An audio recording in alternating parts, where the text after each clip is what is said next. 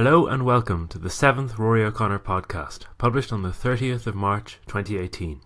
This is an in-depth interview about the October 22nd, 2014 Ottawa shootings with Graeme MacQueen, who has written a report giving convincing circumstantial evidence for the possibility that the attack was carried out under the ultimate direction of the Canadian security state, with likely American cooperation. We talk about the attack itself, its links with an attack in Quebec 2 days previously, the documented record of entrapment of Muslims by law enforcement in North America, problems with the evidence the Royal Canadian Mounted Police have offered to support their account of events, particularly how the attacker, Michael Zehaf-Bibeau, obtained the equipment needed for the attack, whether his shooting dead was justified, and about the extremely troubling so-called intelligence warnings in advance of the attack. Apart from my interest in state-directed terrorism, I was drawn to this topic because of an Irish angle. Kevin Vickers, who was Sergeant-at-Arms at the Federal House of Commons, where the attack ended, shot dead Zehaf-Bibeau and was rewarded shortly after with the role of Canadian Ambassador to Ireland, which he is to this day. The question why the provincial Sergeant-at-Arms at the British Columbia Legislature received a rare warning that week about a possible attack, while Vickers in the federal parliament seemingly did not, is only one of many troubling questions about that day. Graeme MacQueen was born in Nova Scotia on the eastern coast of Canada. He has a PhD in Buddhist studies from Harvard and was an academic at McMaster University, where he was founding director of the Centre for Peace Studies.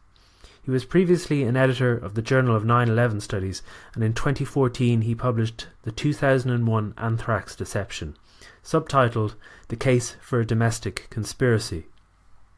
Dennis Halliday, who was Assistant Secretary General at the United Nations from 1994 until 1998, said about that study of the anthrax attacks, "This deeply troubling book should be read by thinking Americans, and even more so by the majority that do not." End quote. And I'd only add that that's a comment on whether they think, not their intelligence. In 2015 he published a short report, The October 22nd, 2014 Ottawa Shootings, Why Canadians Need a Public Inquiry. It's available free online as a PDF. There's a link to it at my website, roryo'connorjournalist.com, and it's available cheaply on Kindle too. It's worth getting and naturally goes into greater depth than an audio interview can. If you learn something from this podcast, keep listening to my other work and consider supporting my Patreon campaign at patreon.com/Rory O'Connor. Apart from reading the report and conducting an interview, I followed up on and independently confirmed Graeme's media references. I believe I'm providing a TV licence fee service for a beer money reward. It's much more fun this way, but please do, as I say, consider helping out at patreon.com/Rory O'Connor. I'll also add that this is the first podcast to be published on YouTube on the same day as its publication elsewhere, such as iTunes, Overcast, Podomatic, and so on. I'll be putting up my back catalogue of podcasts on YouTube over the next while. When the Canadian Parliament was discussing an anti-terrorism act in 2015, police released the video Zehaf-Bibeau recorded just before the attack, a part of which you'll hear in this interesting CBC report. This is in retaliation for Afghanistan and because Harper wants to send troops to Iraq. So we are retaliating. The Mujahideen of this world, Canada's officially become one of our enemies by fighting and bombing us. Zehaf-Bibeau left the phone with the video in the car as he ran onto Parliament Hill with his rifle. His last words were an endorsement of jihad. Stop occupying and killing the righteous of us who are trying to bring back religious law in our country. Thank you. The Commissioner made clear he is strapped for resources, with 600 officers moved from serious crime cases to counter-terrorism. I just don't think it's sustainable to maintain our programs in other areas where we are drawing resources from those to address this threat. The politics of all of this quickly came to the fore, the government saying it proves the new terrorism bill is needed, the opposition saying it's not. So you have had no difficulty under the existing legislation in laying charges as a result of this incident? No, based on the evidence that we've accumulated now, I would have no difficulty charging him with the terrorism offence that I spoke of. So the opposition says the new bill is about politics. The government says no, it will prevent future attacks. That debate's not over. But whether the October attack was about jihad, that seems to be settled now, Wendy. In this interview, we ask what the evidence is that this was just a jihadist attack. Welcome to the podcast, Graeme. Thank you, Rory. It's great to be with you. Great. Well, people may have forgotten what actually happened and may need their memory jogged about what actually happened in the October 2014 attack in Ottawa. So could you just remind them of the most basic facts of what happened on the day? Yeah, maybe I'll mention 2 days because they're both important. Yeah, there are so many, quote, terrorist, unquote, attacks going on around the world now. It's hard to keep them straight. And I don't expect that many people out of Canada remember the Canadian attacks at all. So, yeah, it was October 2014, and the first of these attacks happened on October 20th, and it was followed by a second on the 22nd. In both cases, these were supposedly Canadian men brought up in Canada who converted to Islam and who got on some kind of a jihad warpath and who decided they were going to kill either a Canadian soldier or somebody associated with police or military. So on the 20th, a gentleman by the name of Martin Couture-Rouleau in the province of Quebec apparently drove his car. He waited outside a military office, and as two military men came walking out, he gunned his car toward them. He hit one of them kind of peripherally. It didn't hurt him too much, and the other man he hit very hard, and the man died. So this was obviously, and by the way, I'm not going to continue to use words like alleged and apparently and that, because it just makes the whole thing very cumbersome. So just assume that what I'm telling now is the police account of events, and some of it is undoubtedly true and some of it is very likely false, but sorting that out is a difficult matter. So I'll just give you the basic narrative.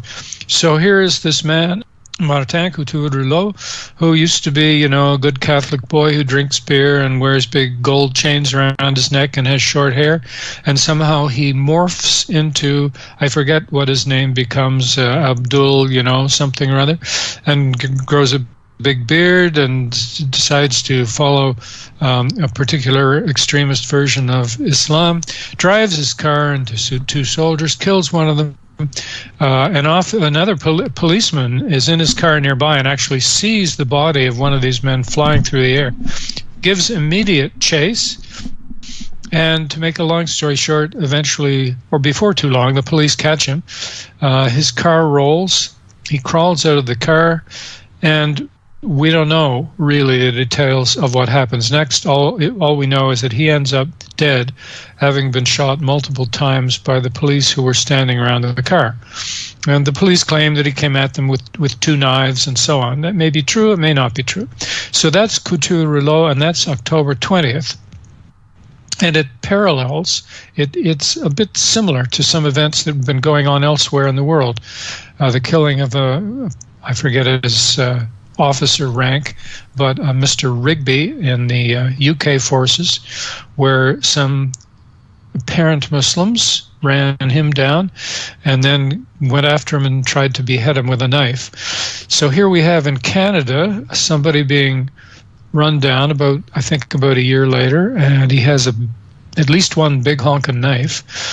He didn't try to use it, or he didn't get to use it, but apparent parallels, and naturally this event scared a lot of Canadians and puzzled Canadians. The first event of that kind that I'm aware of any time in Canadian history, where a Muslim in particular would do such things.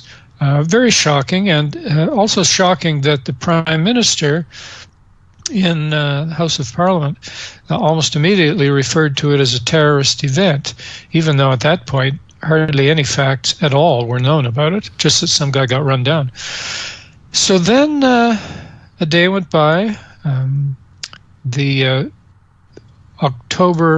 So we're talking October 20th, October 22nd are the two events. On October 22nd,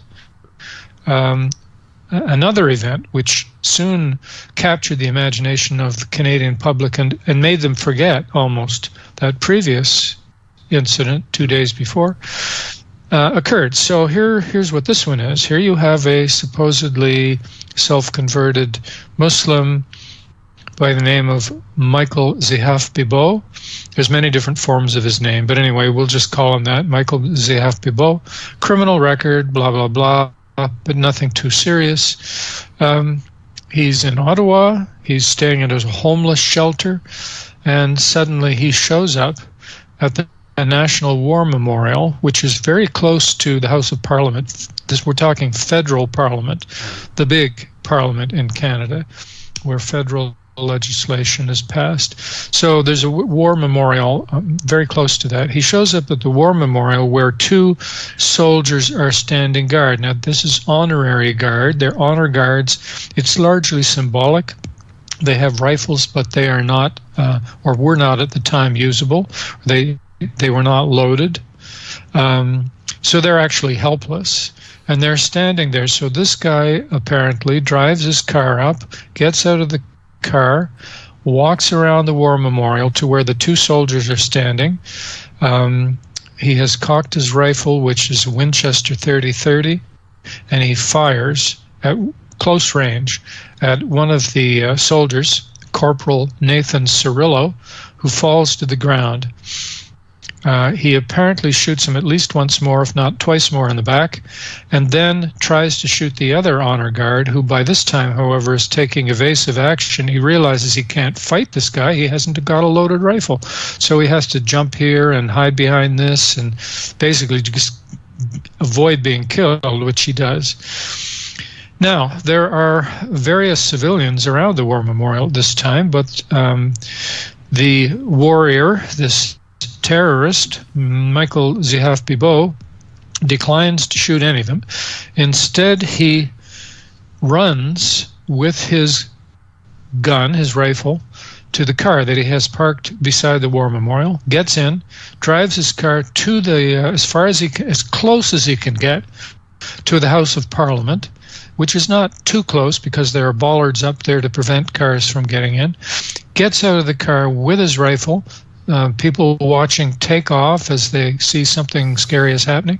He then has to run across the lawn at the front of Parliament. He runs by one building called the East Block of Parliament.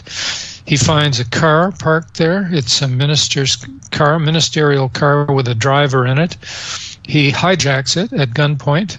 The driver gets out and runs away. Zehaf-Bibeau gets in the car. He starts up. He drives the car towards Centre Block, which is the main block where House of Commons actually meets. On the way, he passes at least two police cars, two federal police, RCMP cars are parked there. He drives by them both unmolested. He drives pretty much right up to the main entrance of Parliament. He gets out of the car. People scatter as they see the guy with the rifle, and he runs into the main door of Parliament. Now, from the time he left the National War Memorial till he got to Parliament, it took apparently 3 minutes and 45 seconds. In other words, he was really going.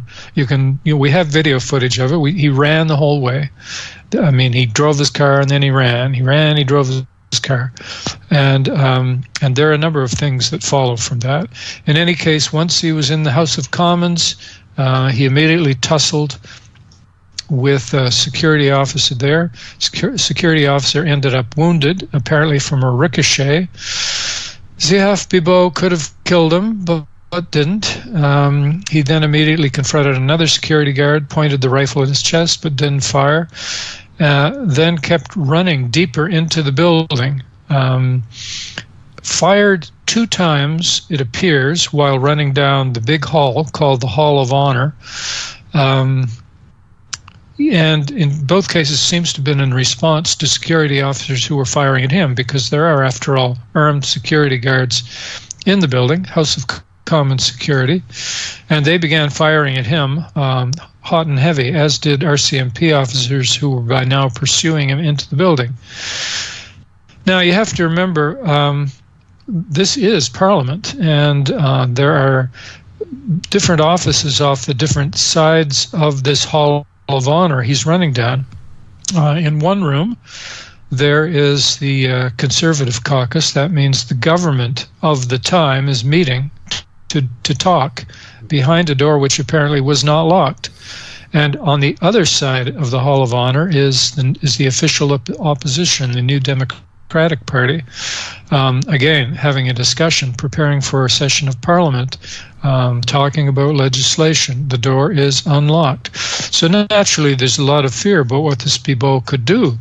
The Prime Minister is in one of these rooms, by the way, with the Conservative caucus.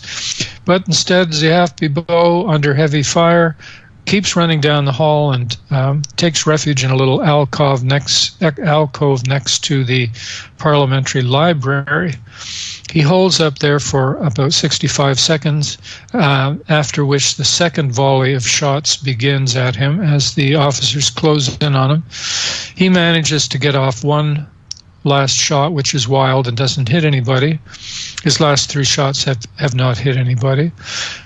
And then he's killed. And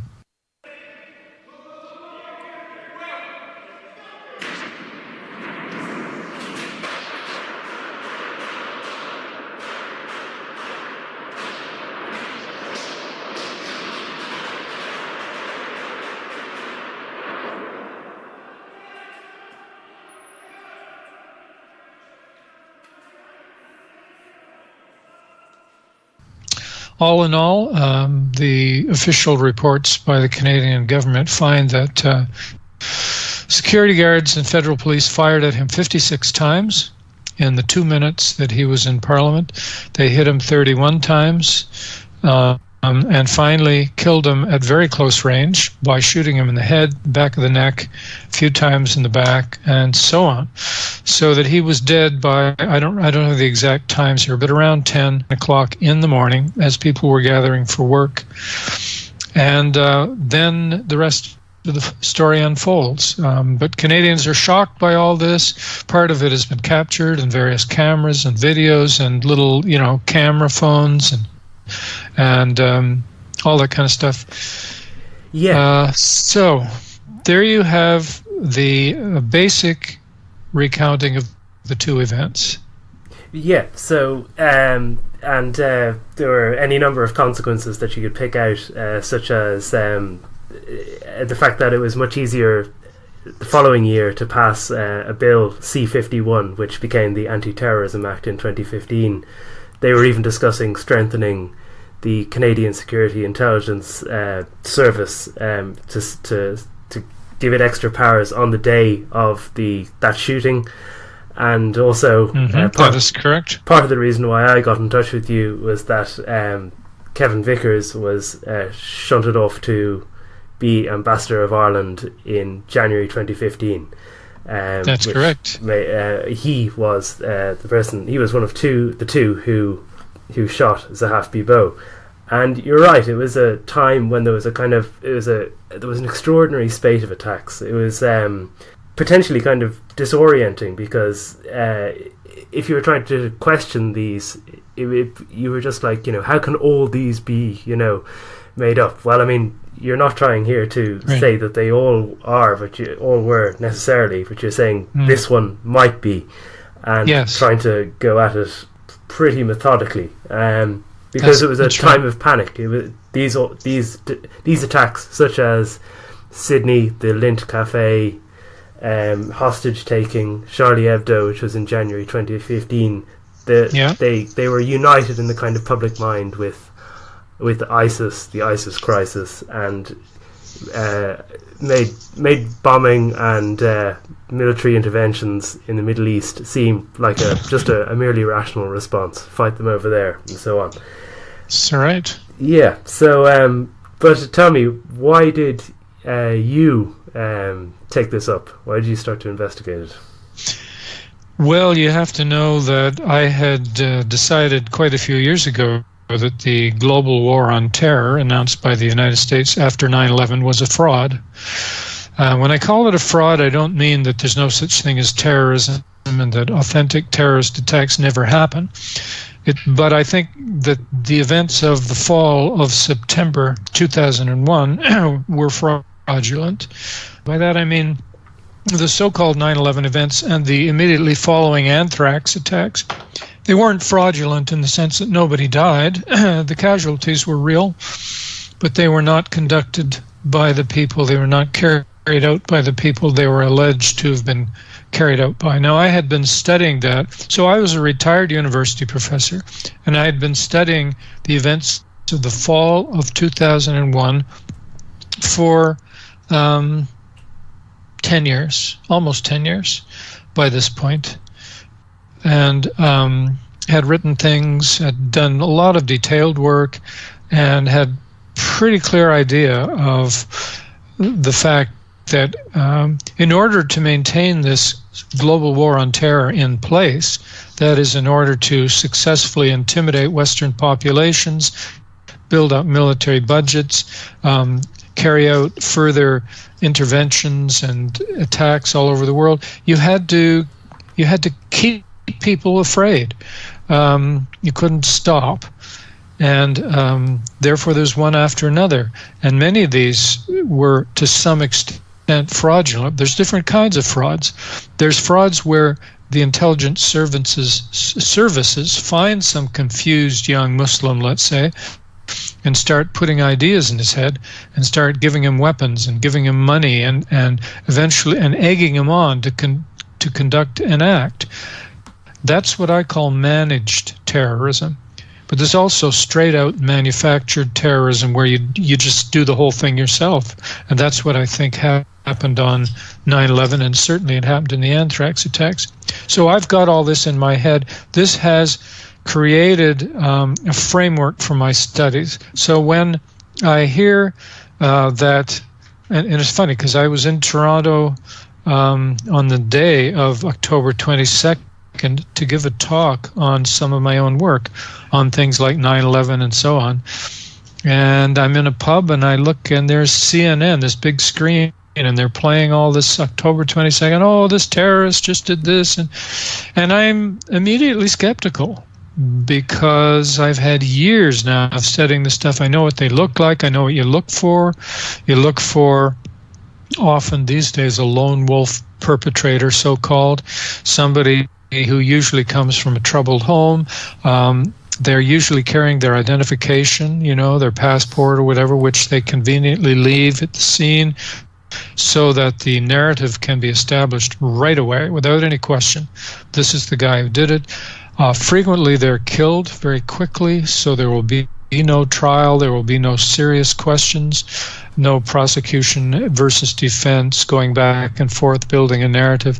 It means the police will have a very tight control over the story, over the information, over what will and won't come out. It means typically Parliament will not ask for an inquiry.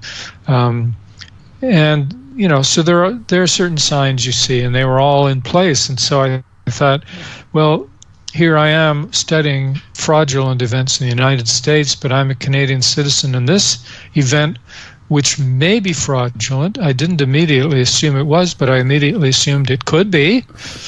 It's happened in my own country, not that far from here. I mean, Ottawa is a fair drive, but 6 or 8 hours, and I could be there. So I figured, I got to study this. Doesn't look good.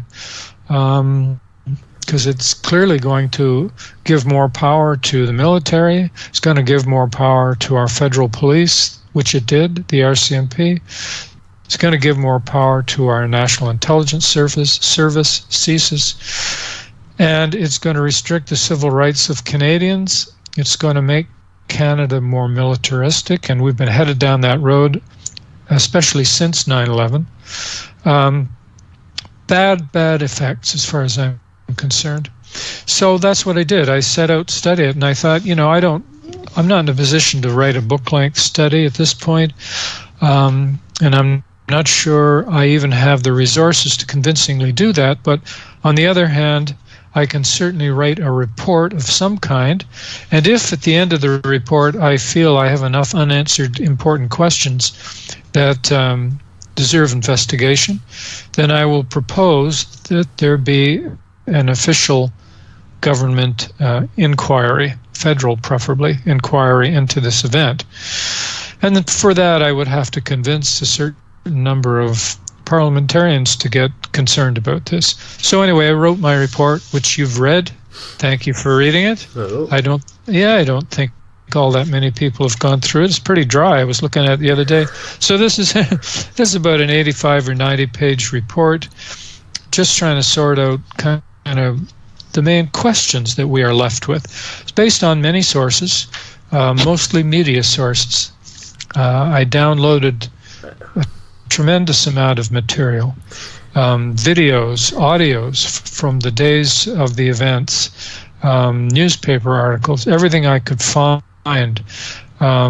filling up my hard drive with this stuff. Because one thing you learn is that when an event like this happens, no matter how staged it may be, there will be tells, that is, there will be revealing reports, incidents, eyewitnesses, interviews in the early stages, and they can be very important in unpacking what really happened. So you don't sit around waiting and say, oh, well, I'm a historian, I won't bother studying this for 10 years. No. Some of the best material may have disappeared altogether from the internet by then. You start right away downloading things.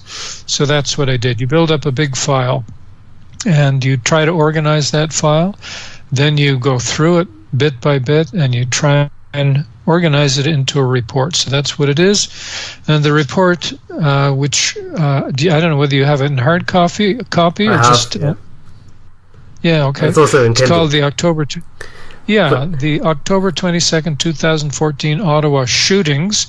Why Canadians need a public inquiry. I think it's worth pointing out that you referred to your work on the anthrax attacks, which people have also forgotten, and it's worth probably Irish listeners knowing that it was highly praised by Dennis Halliday, who was Assistant Secretary General for the UN and resigned over the Iraqi sanctions regime in the late 90s.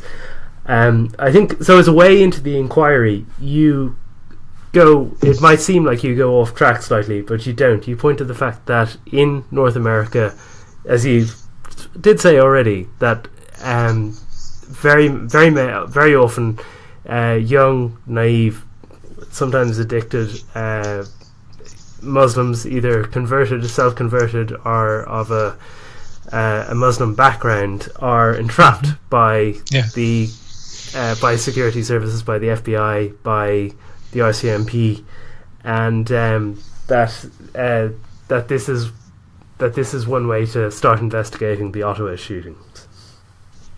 That's correct. Ultimately, we have to put it within that framework. I mean, any serious investigator is going to look very closely at the details of the case, but they're also at some point going to bring an interpretive framework. And what is that framework? Well, how do these fit within the so-called war on terror? If we look at what the RCMP does with so-called terrorists, if we look at what the FBI does, and by the way, those two agencies, the American and the Canadian, work closely together, even in these entrapment cases, what do we see? Well, we see that the majority of these terrorism cases that make it to the courts, they are built up, they are created sometimes out of whole cloth, sometimes partly, by state intelligence agencies. The FBI will send a man, let's say, looking like, dressed up as an extremist Muslim. He will target some young, frustrated, angry man and say, we should get these bastards. We should blow up the Brooklyn Bridge. And the guy will say, yeah, it's a good idea. Yeah, let's do it.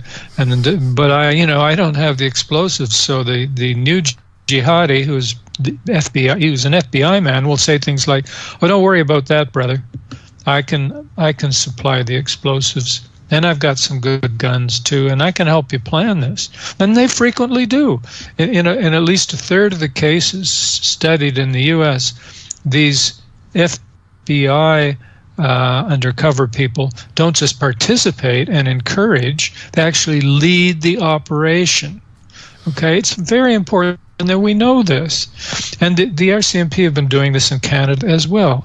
So my question, I have a number of questions as I approach this material, but needless to say, one of them is, what was the relationship between intelligence services, federal police in Canada, federal police in the U.S., CSIS, these agencies, and these individuals on October 20th and 22nd?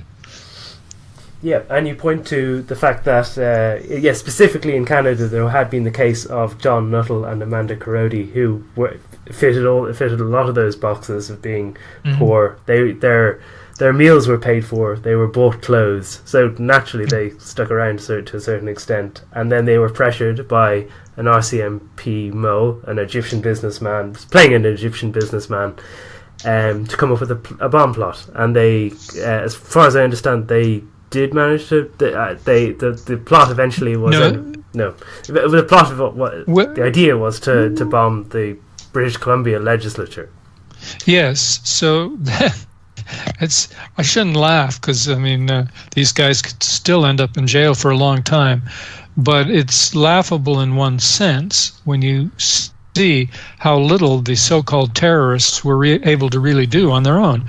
These are a couple of, I don't want to insult them, but pretty pathetic young people who had gotten addicted to drugs, hanging around Vancouver and British Columbia, and somehow they wander into a store, at least this is what we're told, a camouflage store. They find a book on Islam and are impressed by it, and so they decide they're going to become Muslims. They don't have any careful spiritual guidance. They don't have a Muslim community that wants them. They're basically Muslims in their own sense. And the man starts talking wildly about, we need to do some jihad. Look what they're doing. Look what the Western powers are doing in Iraq and Afghanistan and so on. Well, all this does is make other Muslims in the vicinity suspicious of him, and it's apparently them who report him initially, say this guy's talking wild. Now, although he talked wild, he had no capacity, I think, either mentally or physically, had no resources, nothing, to bring anything serious to a conclusion. And all the RCMP tapes of these interactions simply show this. The only schemes he was able to come up with were hopelessly in the realm of science, fantasy. He wanted to make rockets and lob them on Seattle or something from Vancouver. No way he could have done that. He wanted to hijack a train, which unfortunately never didn't exist anymore, and all of his plans were so bad that he had to actually be bawled out and scolded by the undercover guy who said, "You're never going to get anywhere with this kind of jihad, brother. You need a little help from me. Let's think about something you might actually do." So it appears that it's the undercover man who says, "Here's something doable. Why not use pressure cooker bombs the way they did in the Boston Marathon?" "Oh, okay, we could do that." He says, "I'll help you build them, and I know you don't have any explosives for them. Don't worry, I'll get the explosives."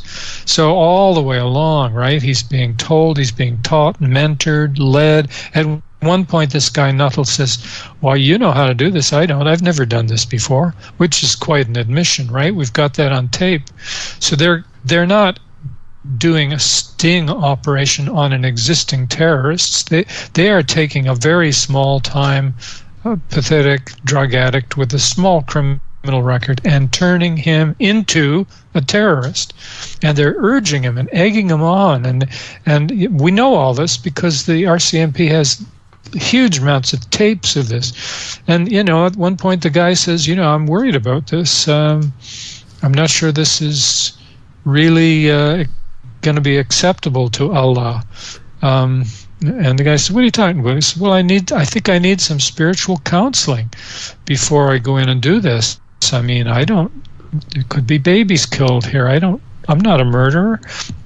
And it's amazing that his handler, manages to put him off. He doesn't encourage him to get spiritual or ethical counseling. He, in fact, would be very frustrated if that had happened, because over 200 RCMP officers had been working to entrap this couple, and they got a lot riding on it. So finally they get these pressure cooker bombs constructed, and the undercover people, pretending to be Muslim brothers, drive them around town and find them a nice little place to put it, behind the bushes at the British Columbia Legislature.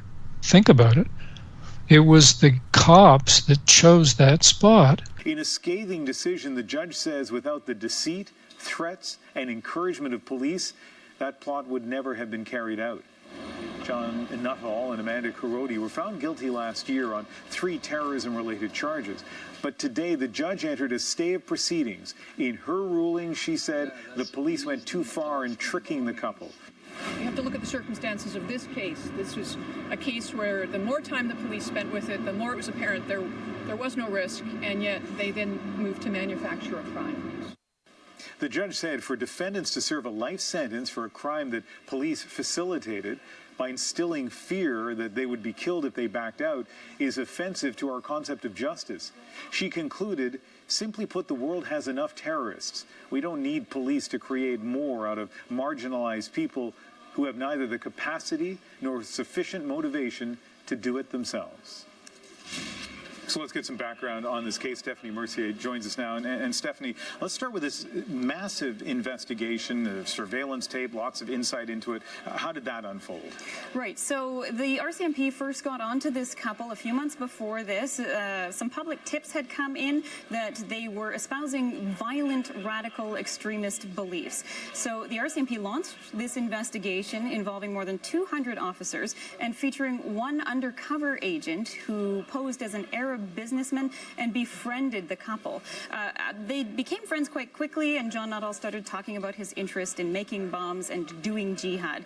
And from there, the investigation went on, and they ended up creating these bombs and planting them at the legislature. And there were some fanciful, erratic plans before that, talking about commandeering a nuclear sub or a passenger train on Vancouver Island. So it was shocking at the time. Stephanie, thank you very much. To give you a sense of just how shocking it was, listen to what Premier Christy Clark said after the arrests. What they wanted to accomplish was more than just to harm individuals on that day.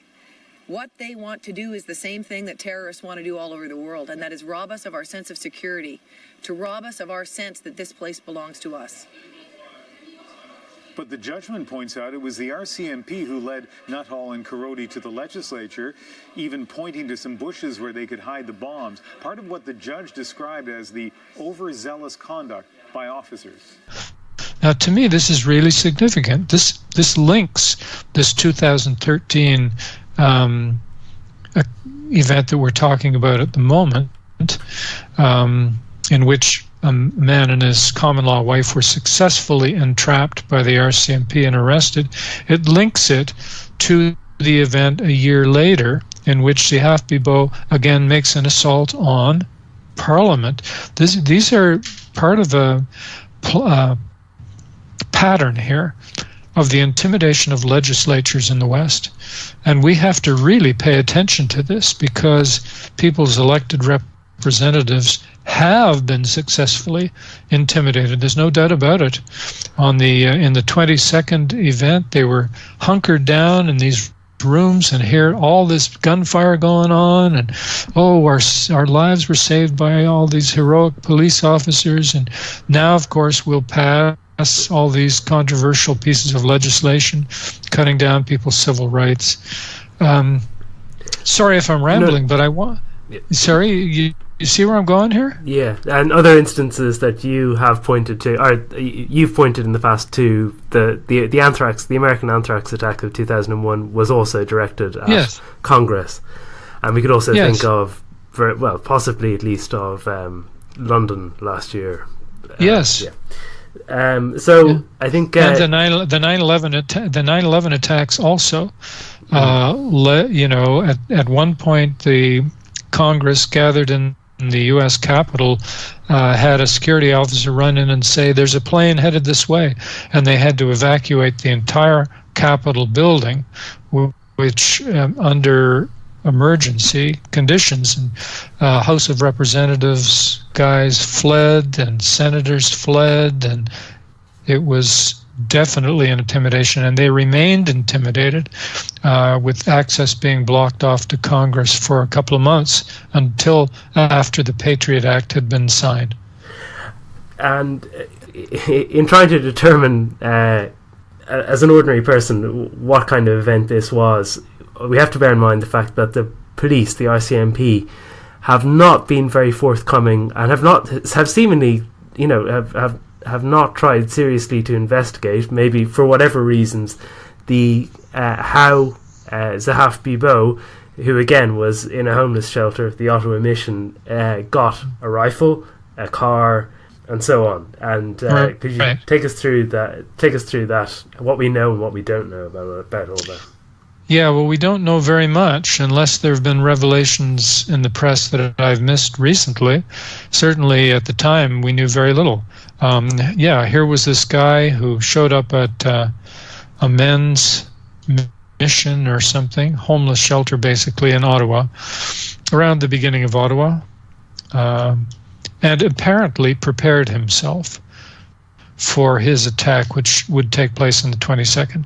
We say apparently prepared himself because we know he took a tour of the House of Parliament several weeks before he actually attacked it. And it's hard to believe a man of his kind, with his record and so on, would have just thought, "Oh, gee, I'd love to see, I'd love to look at Parliament and enjoy how nice it is." I don't think so. So it's assumed that he was checking it out so he would know how to carry out his act. And I may come back to that later because it's actually an important point. Sorry, what was your question? Just about the police have not been forthcoming about the gun. Oh, right. So the police need to explain, obviously, several questions. How did this man suddenly get hold of a car? He didn't have a car. He didn't have a home. He didn't have much of anything. How did he get his Winchester 30-30? And it was in apparently very good shape. How did he get the bullets? How did he get the big knife, which was apparently tied to his wrist, and God knows what he expected to do with that. He also had a keffiyeh, often thought of as a Palestinian scarf, wrapped around his head and covering the lower part of his face, one of these strange, mysterious parts of the whole endeavor. Why is he covering his face if he intends to do a martyrdom operation, which he seems to have had on his mind, and has all kinds of ID on him? I'm not quite sure why he's protecting himself there. But yeah, so have the police successfully explained any of these? Not to my satisfaction. They said outright, well, it'll be important to figure out how he got all these things. Then they say, oh, well, he got the car by advertising or answering an advertisement on Kijiji, this online, place where you can buy and sell things. And he bought it for $650 the day before his terrorist action. Now, first of all, that is really leaving it to the last minute if you're serious about carrying out something like this. If you've been planning it since the beginning of the month. But anyway, that's what he supposedly did. It was not an entirely successful transaction in the sense that he didn't have insurance and wasn't able to get insurance for the car, so he had to drive it without license plates. Which is extraordinary. Yeah. Again, this combination of planning and lack of planning. So he had to drive it, we are told, 3 hours on the highway the day before his action, and then he had to drive it back to the war memorial and do all of this without license plates, hoping presumably that the police would not be notified that this is something odd going on here. And the question, okay, so the obvious question, how did he get the $650 to buy this old secondhand car? Well, the police pretty rapidly said they had a solution to that he had worked in the oil fields of Alberta at some point in the past, had made some money and put it away somewhere, I don't know where, in his sock or something, and so that was available. And they say they have detailed information about his financial status and that they've explained how he could buy the car. Well, again, in the ideal world, we would all trust our police, and that would be the end of the matter. And I'd say, well, good, I'm glad you've tracked it down, you've sorted it out, I'm sure you've got that information, I don't need to see it. But sadly, in this war on terror, there has been a corrosion of trust in our police, at least our federal police in our various countries, as they participate in these fraudulent, politicized events. So I don't, in fact, trust our RCMP when they say they've got all that information. For example, financial experts have said it would have been extremely difficult for this man to get a job in that sector with a criminal record, which he has, that they vet people very carefully. So in that case, we want to know a little bit more about when he got that job and where precisely that job was and how much he got from doing that job and how he managed to save his $650 as he moved from homeless shelter to a jail cell in this little life of his. So and I think in pointing out the fact that you can't, that the police are not necessarily to be trusted, it's worth noting that the RCMP commissioner at the time, Bob Paulson, made a reference to Zehaf-Bibeau having intentions for the car, which in the context may suggest like trying to use the car to run people, to run into people or whatever. I mean, what kind of intentions could you have? It suggests secret evidence, which we're not being told about. I mean, what could that be? It'd be worth having that on record. What did he mean by that? I think it's a good point, Rory. I mean, when you look at what happened in the British case, Rigby, I believe his name was run down, and what happened 2 days earlier in Quebec, 2 officers were run down, and then Paulson, the commissioner, says, "Oh, yeah, we have some knowledge of how he intended to use that car." Really? Tell us. I mean, why would that be secret? If you wanted to run somebody down, show us what you've got. But see, no, they don't feel any need to do that. And this is typical of federal police around the world now. We don't have to tell you. It's our job. We keep secrets. That's part of our job. We've got legislation that supports it. You have no right to know this. And of course, after a while, that begins to erode your democracy. Just to take you back to the weapon, there's lots of questions about it. We don't know where it came from, and it's just a mystery. So if you can take us through that as much as you can. Okay, that's fine. Well, the thing, of course, is that I can't remember everything that's in the report, but I remember the gist. So, he is said, Zehaf-Bibeau, the alleged perpetrator, is said to have shot Corporal Cirillo 3 times with a .30-30 Winchester rifle. That's what it's usually called. It's actually Model 94, I believe, is the right term, Winchester. And it's not exactly the kind of rifle that you would choose to take into a gunfight in 2014. It was first made available to the public by Winchester in something like 1894, late 1800s. It is normally used for shooting deer and so on. It's lever action, doesn't hold many bullets, so we're not talking about automatic or even semi-automatic. Furthermore, you can't lie prone and easily fire this rifle as you would normally would if you expected to be in a war situation or gunfight, because lever action doesn't work very well. all that way, which is part of the reason they developed bolt action many years ago. It is very clumsy to load and takes quite a while. Even if you're good at it and you're concentrating, you can't completely load the weapon without spending between 30 and 60 seconds doing so. So, in other words, it's a very strange gun for someone to choose under these circumstances. But after all, we don't know what the choices available to him were. So here is this man who's staying in a homeless shelter, who has a criminal record, who seems to have some mental illness problems, who has been addicted to drugs. Somehow in the midst of this, he appears to be trying to help himself out by being a pious Muslim, but going back and forth between that and drug addiction is tough. Somehow he very quickly, we are told, gets hold of this rifle.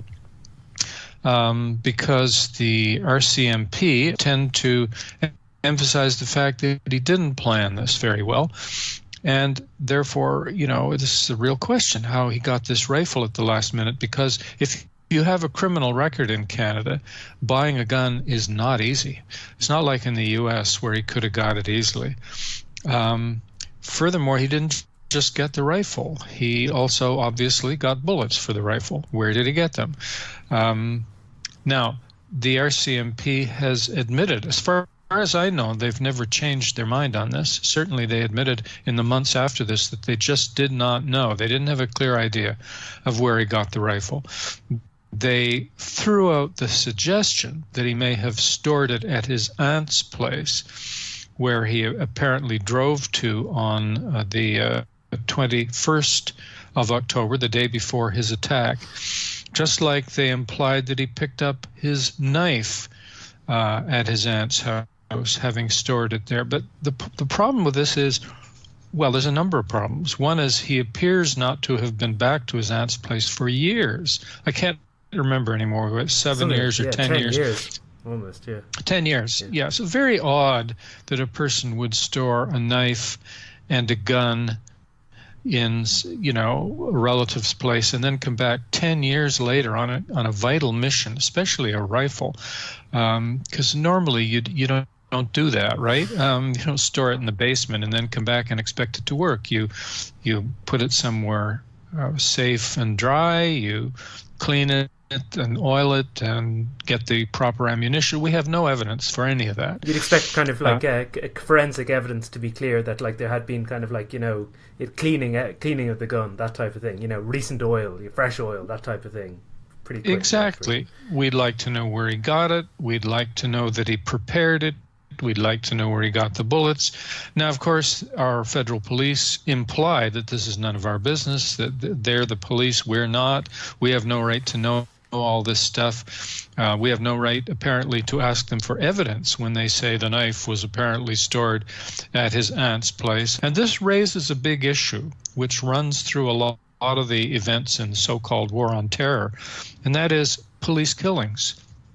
If the police kill somebody, there's no trial, and they never have to answer these questions. If there had been a trial, if they had taken him alive, then they would have to. Supposing that Zehaf-Bibeau had half-decent defense counsel, they would have to show where they got the financial information, and they would have to give some argument for where the knife was and where the gun was and where the bullets were and so on. But no, you kill, if the perpetrator, the alleged perpetrator is killed, you don't have to do that. And in Canada, there's been no public inquiry ordered by Parliament, for example. So we have a few... Sorry, go ahead. Yeah, no, it's extraordinary that there's not alone has been obviously no trial because he's dead, but there have been no inquests into either death, to Zehaf-Bibeau's or Corporal Cirillo's. So, right. And it's just worth mentioning by the by that the aunt that you mentioned, Susan Bibeau, was after the attack was ordered to silence. She and there's been nothing being heard from her since. So there you go. Analysing that death of Zehaf-Bibeau, the circumstance again, he had a rifle with a maximum of 8 bullets, and anybody can hear in the recording that was taken by cameramen in Parliament that day that there's a barrage of kind of poppier pistol bullets coming, which ultimately kill him. The kind of disproportion is evident to the ears. Have you anything to say about that? Well, yes. I actually try in my study to put forth a hypothesis as to how many bullets he had and how he expended them and all that kind of detail. But we don't need to go through that here. The gist is that it was implied to Canadians on more than one occasion, on the day of this event and also in the days after it, that he was a really severe threat to Parliament. He'd gotten into center block of Parliament. We had all these parliamentarians standing around or basically behind closed doors, and who knows how many people he could have killed if the heroic, House of Commons security man and the heroic RCMP man had not killed him. And we found out later, or at least I argue in my pamphlet, that actually it's a little bit misleading, that he was dead within a couple of minutes of having entered the building, that 56 shots apparently were fired at him with 9mm semi-automatic weapons by the various security services, that over 30 of these hit him, the bullets actually hit him, and that he was shot dead through repeated firings at very close range, including, it appears, he was shot several times after he had collapsed and fallen to the ground, so that he had a bullet in his head and several bullets in his back and the back of his neck, and so on, so that he wasn't facing his opponents by the time he was killed. To me, this raises questions, and when I look at the police report, which says the police were justified in this killing, I don't find the kind of detail that I want. I find them basically saying, well, good grief, here's a man with a loaded rifle in Parliament firing away. He's already killed somebody at the War Memorial. Of course they're justified in firing and taking him down. And really, I haven't found anybody yet who questions that. I understand that. I understand the need to protect Parliament and all the rest of it. But the questions that I raise in my study are more detailed, and they include, were they justified in killing him with repeated firings at very close range after he was apparently disabled by the previous bullets? That's a serious question, and it's one they don't raise at all. They completely avoid it. I also want to know how he managed to survive 30-some shots as he's running down the hall. Well, I don't know how many shots he absorbed when he was running down the hall. He was shot more than 30 times, according to the forensic studies of the government itself, at some point in this procedure. We don't know when. But why did it take so many shots to kill this man, to bring him down? And that leads to the question, was he wearing body armor? Yeah, and what some people... The commissioner the commissioner, Bob Paulson, the RCMP commissioner, says 5 days after the shooting that he's not sure whether Zehaf-Bibeau has armor on him, which is kind of funny almost, it's actually ludicrous. And as I point out, there were several people there were a couple of people who claimed he had body armor. There were other people very close to him when he was killed who said they don't know, which is strange because you would know. I mean, you would go up. They examined his body immediately. We know that because they say that. So are we supposed to believe they examined his body and they didn't know if he had body? I mean, these are really serious questions. It's not that easy to purchase body armor in Canada, especially if you're a homeless man with a criminal record. So, we have big questions here which they haven't even tried to solve. Yeah, that sergeant of arms was Kevin Vickers, who, again, these are all loose ends, and there's nothing to convict him or to necessarily to suspect him. But you get the impression that his kind of aggression is just natural; it's in the blood. People in Ireland remember in 2016 he took out, ran down an Irish Republican protester in Grange Gorman Military Cemetery when there was a 1916 memorial going on, and this guy was protesting the commemoration of Commonwealth soldiers, or British Empire soldiers anyway. But so it's just... I saw that, Rory. I saw the video of that event, and I think he completely forgot himself. He seems to have forgotten completely at that moment that he was the ambassador, and that thought he was still in security. Because remember, before he became head of House of Common Security in Canada, he was an RCMP officer for years. So he had a long time as being in Canada's federal police, and suddenly here's this protester who has every right to protest, and Vickers is all over him. Now, Vickers is regarded as a hero pretty widely in Canada for his role in the October 22nd event. And I'm very careful about this in my pamphlet. I say, for all I know, he was. I mean, I don't pretend to know exactly what happened, but I do know that there should be an inquiry, and there hasn't been. And I would want to state as a matter of principle that if there's somebody who's killed by police in an event of such political significance as this is hugely significant, because it helped introduce a bill which has restricted the civil rights of all Canadians.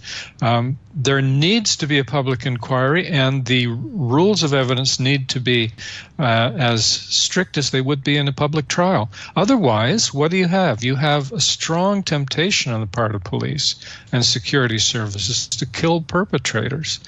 If they kill them, then no more questions. There won't be an inquiry. They won't have to answer, objections. Whereas if we know in advance there is going to be a thorough public inquiry, then maybe they'll think twice. Yeah, and instead what happened was that Vickers, the following month in November, went on a trip to Israel, where Benjamin Netanyahu said that the Ottawa attack was proof that Islamic radical terrorism respects no borders, and so on. So, yeah, absolutely. He went off when he was still under... in the state of investigation, because all these police shootings need to be investigated, and there was an investigation, and it was ongoing as far as we can tell at that time, and somehow they let him go off to Ireland to be wined and dined. They appointed him ambassador to Ireland at a time when they should not have done. He must have waited until he was publicly exonerated on this, and they also sent him off, or allowed him to go, to Israel to be wined and dined there by Israelis, including Netanyahu, who had just completed an invasion, one of many, of course, of Gaza, with terrible destruction and all sorts of crimes being committed. This is pretty fishy, frankly. And those of us who object to the close relationship between the Canadian government and Israel saw this as not just a slap in the face, but a good reason to be suspicious about the whole event. Specifically, one of the strangest questions in relation to Kevin Vickers is the fact of the intelligence warnings that came before the attack. And this is a broader question than that, but one of the most striking facts about the intelligence warnings was that the British Columbia Sergeant at Arms in the British Columbia Legislature, effectively the person who holds the same office as Kevin Vickers does for the federal Parliament, said that he had been warned that there was the possibility of an attack. Yes. I picked up on that one right away. And not only was he warned that there might be some kind of an event, he said he had been told, and his associates had been told, that there, quote, could be a problem this week. I mean, think about it. That is the week of I guess the 19th, Sunday, I believe, was the 19th. On the October the 20th of that week, there was a so-called terrorist attack in the province of Quebec with 2 people killed. 2 days later, October 22nd, in Ottawa, there's another apparent terrorist attack, 2 more people killed. And here is, I believe his name was Craig James from BC saying, we were told there could be a problem this week. And he made it clear it was a terrorist problem he was talking about. So as you say, he was not surprised. Imagine that. He was not surprised when these events took place because there had been warnings. Yeah. And just to clarify, the name of the Sergeant at Arms in British Columbia is Gary Lenz, and the clerk of the legislature is Craig James, and they had both had these warnings, and other politicians in BC had as well. Gary Lenz actually said that security warnings were regularly passed between parliaments in Canada, effectively that sergeants at arms had regular contact with each other about problems. So, yeah. Great, yes, that's true. There were several. There were also hints that other provincial parliaments, that officials at other provincial parliaments, not just in British Columbia, had received warnings. But I've never looked into that to find out how many of them, in fact, did receive such warnings. But obviously the question is, if people at provincial parliaments were being warned quite specifically about this kind of event, why was not the federal parliament in Ottawa, the most important of all, warned? And if it was warned, why was everyone caught off guard? Because especially the RCMP, our federal police, were really caught apparently flat-footed. After all, the perpetrator, as you can see in the security video, hijacks a car right on Parliament Hill and merrily drives right past two RCMP vehicles in order to get to Centre Block. They don't interfere. They follow him, but they don't try and stop him. So, I mean, none of this sounds very good. If we look further, we find actually that there are references to what I would call about six. Let's see, I'm looking at them now. I'm not even sure this includes the BC Parliament. So let's say 6 or 7 warnings. I'll run through them quickly. I know your audience won't want to hear all the details, but the first one I have is October 8th. Remember, these 2 terrorist events in Canada happened on the 20th and 22nd, and the one that you and I are talking about is the one on the 22nd. So October 8th, which is well before this, NBC, major news service in the United States, warns publicly of, quote, knife and gun attacks in Canada that they are worried about, that they say are going to happen soon, and they claim they have a Canadian source for that. That's October 8th. How interesting. October 17th, again, this is 3 days before the first of the 2 incidents. The Integrated Terrorism Assessment Center, this is a Canadian organization with many federal partners, including the RCMP, issues a, quote, heightened state of alert. Very rare in Canada, this kind of alert, 3 days before the first of 2 incidents. Same day, the Privy Council Office, which advises the Prime Minister in Canada, issues a warning of a, quote, violent act of terrorism, unquote. The day after that, we get another warning from the Criminal Intelligence Integrated Unit of the RCMP, warning of a possible attack by the Islamic State on Canadian law enforcement personnel. Then October 20th, so then, okay, this is the 18th. Now on the 20th, one of these events actually happens.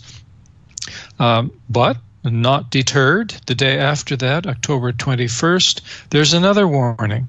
And we haven't been able to get the details on this, but it comes from our federal police, RCMP. They haven't released the details. But that's interesting because that means they knew that the events weren't over, even though one event had happened. And so, sure enough, on the next day, there's another event.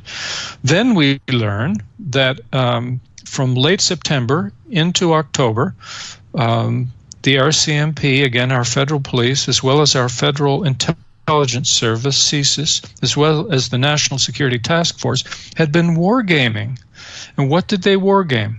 Well, according to a CBC journalist on television, October 22nd, or maybe it was 23rd, she said they were wargaming an attack in Quebec, this is a direct quotation, followed by an attack in another city, which she accurately called, quote, this precise scenario.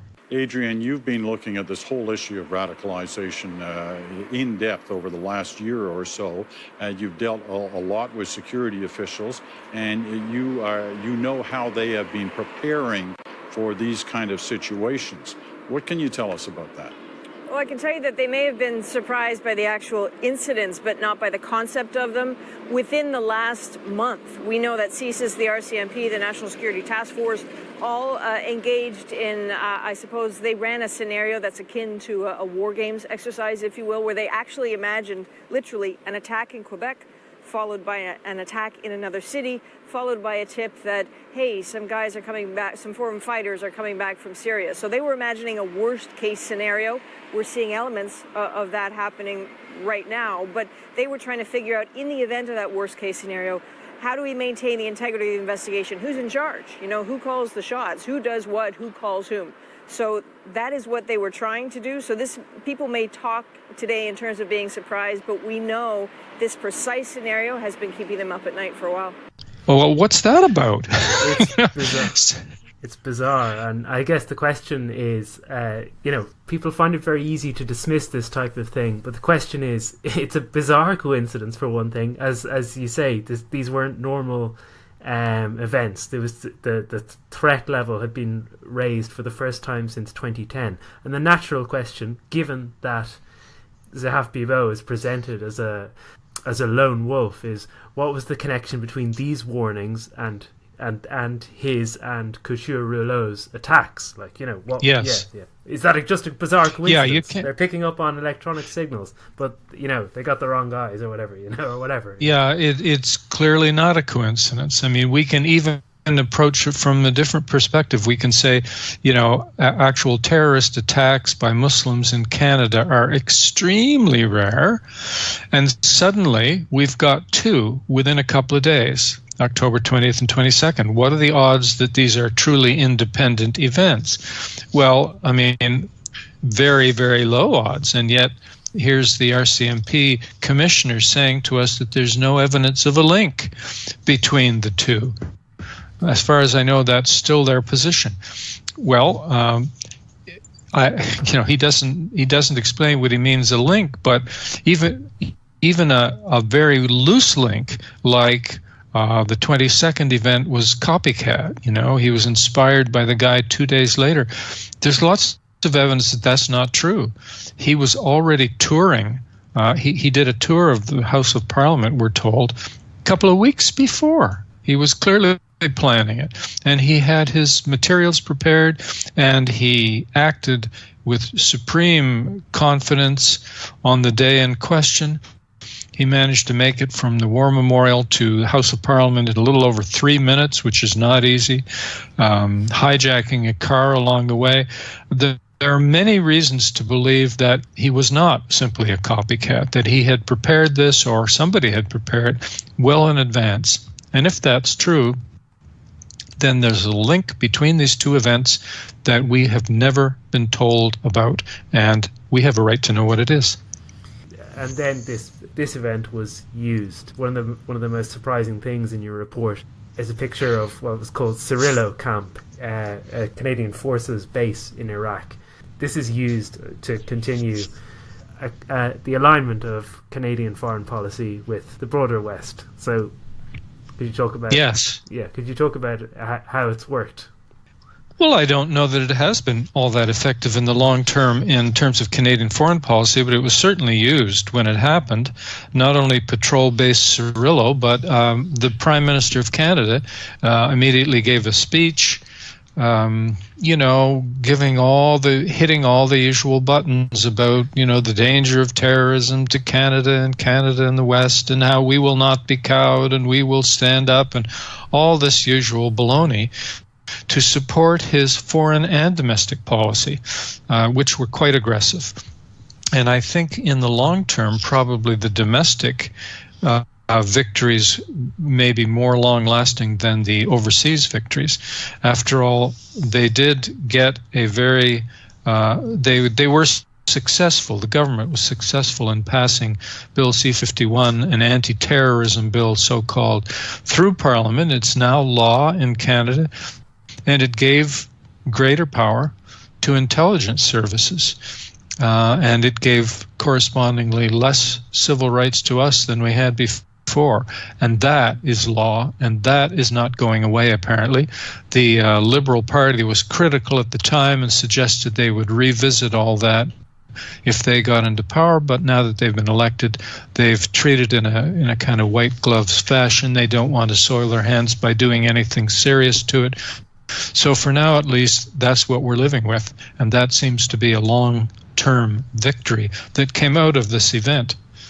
I think we can finish up by noting I was very struck by a comment that was left under an article that you wrote for the Hamilton Spectator on the second anniversary of the attack, where Jessica says, "I had no idea there were so many unanswered questions about what happened that day. I've only really watched the mainstream news on this event, which I conclude from reading this piece taught us only the very basics. Nathan Cirillo's family deserves to know exactly what happened that day and why. We in Canada often think of the US government as hiding secrets from their population and enacting bills that erode the everyday rights of regular citizens. I don't like the thought that this is happening here in Canada as well." And I think, would you agree to that kind of about the surprise and the lack of information are kind of characteristic of what people generally know in Canada about the event? Yes, I think that's true. I had forgotten that someone had written that comment after my article, but yeah, it's quite perceptive. I think that's where we are. I think Canadians have had even more than Americans in recent years an innocent view, if you like, of their own government. That their government is very benign and always means well. And I don't want to say all Canadians have this, of course, but it's widespread. And we have to start being a lot more critical. Canada is involved in a lot of dirty things, including this fraudulent war on terror, which is distracting humanity at a very dangerous moment from the truly important ecological and social and financial issues that we face. Yeah. Finally, you mentioned that you've gone the route because of the lack of progress with the kind of official investigation, which obviously would never be sincere in the first place, but that you've placed a number of freedom of information requests in relation to these events. Can you give us some idea of their scope? Well, I can say one or two things about it, but the process is still going on, so I shouldn't really talk about it too much. Yeah, by the way, I should have said that's okay. Yeah. That's okay. So I decided to start by addressing some questions to the Ottawa police. There are obviously various police services and intelligence services you could go after for information, but I thought the Ottawa police would be more apt to be forthcoming than the RCMP or CSIS, for example. So I said, well, could you send me the general occurrence reports of the police for that day? These are the handwritten reports that police officers write to tell, what happened in a particular incident. And they wrote and said no. And now there's the Information and Privacy Commissioner based in Toronto that we were going through on this. There are after all there are laws about freedom of information. We have to obey those laws. We have to go through a process. There are two main phases. The first is mediation. The second is basically arbitration. And so in the first mediation, I got nothing. They said, this is what you're asking for would violate the privacy of the people who were injured and their families. I said, I'm not interested in personal details about anybody, either the victim or the perpetrator. And you can redact that material. You can black it out the way you would in other kinds of public documents. No, it's private. I thought, really? Everything that every officer wrote that day is private? So then they tried other arguments. So this isn't really in our bailiwick anyway. This belongs to the RCMP. And we would re-traumatize people if we, all these things were tried. And the upshot was I got nothing out of mediation. So I went to the next stage. I guess they call it adjudication rather than arbitration. And the adjudicator has, her job is to read people's arguments and make a decision, and the decision is final unless you want to take it to court. And that's the process that I'm in right now. So we'll see what happens. But so far, it's just being stonewalled completely, and different arguments being drawn out of the hat, it seems to me rather arbitrarily, to prevent me from getting any information about this. Cool. Well, best of luck anyway. Right. That's all I can wish you. Yeah. Yeah. Thank you. Cool. So yeah, thanks. Good to talk to you, Graeme. Thanks very much.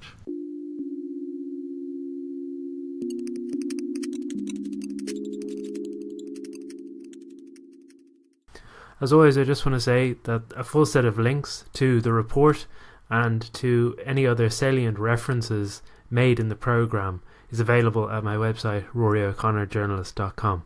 I really hope you enjoyed the show, and I look forward to talking to you again. Goodbye.